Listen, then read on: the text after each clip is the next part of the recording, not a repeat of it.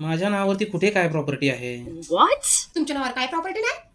अगं जी आहे ती सगळी बाबांच्या नावावर आहे. अच्छा, वडिलांच्या नावावर आहे काय? अगं ती नंतर माझ्याच नावावर होणार आहे ना.